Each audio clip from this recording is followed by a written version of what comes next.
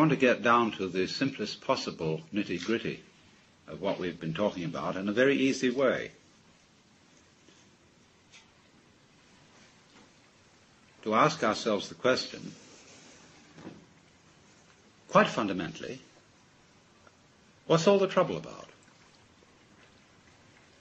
In other words, what is your state of mind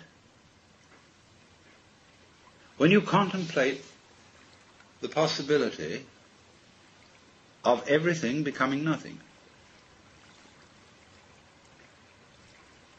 All right, so the universe is a transitory system, like a bubble, like smoke, like foam on the water. And so, how easy? Just go along with it, dissolve. So, what's the problem? Why don't we want to give up? What do we think we're going to get by holding on and by resisting the dissolution? Now, I'm not saying at the moment that, as I'm a sort of preacher, advocating giving up. What I'm interested in, for you to feel, is what do you really feel like inside at the prospect of there being nothing, of this whole thing being a bubble that dissolves? You see, about death, the reality of approaching death, people are apt to feel chilly, cold, lonely, scared because it's an unknown.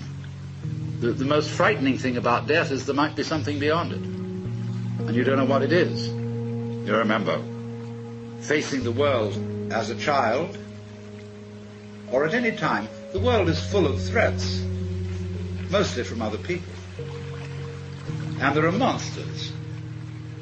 There are all sorts of things which scare you, but beyond every monster is death. Dissolution is the end of it all. And by and large, the art of government is to fill that void beyond death with threats of a rather unspecified nature, so that we can rule people by saying, if you don't do as I tell you, I'll kill you, or you'll kill yourself. And so long as we can be scared of that, and so long as we can be made to think of death as a bad thing, we can be ruled. That is why no government likes mystics. Because if we define the mystic as the person who is no longer scared of death, because the mystic is, in the simplest possible language, the person who understands that you have to have nothing to have something. So, you can't fundamentally scare the mystic with death. Because, say, well, what end can it all come to? What's all the trouble about? The most it can come to is nothing. I mean, there may be some troubles on the way of resisting this, basically resisting it. I mean, as you might say, the very cells in your body resist their dissolution. And so, in this resistance, there's an experience called pain, which we've been discussing. But beyond pain is annihilation. Or so it seems, anyway. What will it be like to go to sleep and never wake up? Nobody can think about it. But what is that state when you're teased out of thought? See, get with it. Going to sleep and never waking up. This is not, as you would fantasize it, a state of being in the dark forever. It is not like being buried alive, because then there's an experience of darkness. Now, I remember a little while ago having at one of my seminars a girl who was born blind. And I had the most interesting discussion with her, because she doesn't know what darkness is. The word is absolutely meaningless to her,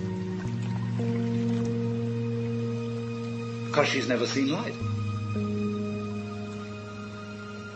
Now, so, when you really think about nothingness, it becomes like what I've often referred to, is how your head looks to your eyes. And behind the eyes you don't see darkness, do you? Right now. You're not aware of a contrast of light here and black there. Behind the visual field, this way, you can't see darkness. There is simply nothing conceivable at all. Neither darkness nor light.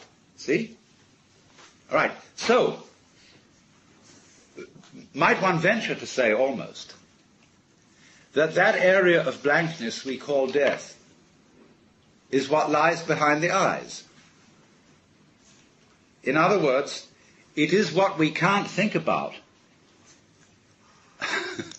that's what's watching. In other words, the farthest we can go in thinking about nothing, you see, we get to the root of the matter.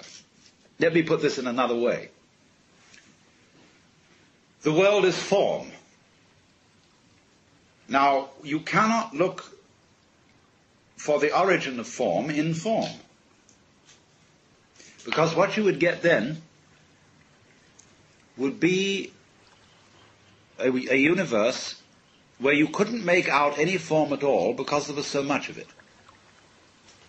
It would be like writing a letter on top of a newspaper and then putting a picture over that and then doing something else until there wasn't a single square millimeter of paper left, of blank paper. Nobody could read anything. But one can read, one can see form, one can see the world, simply because there's always emptiness behind it. So you see, in this way, emptiness being the mother of form. And you can always say, yes, only the form is there, that's all that's real. That is only saying it's all that is figure. What about background? It always has to be there.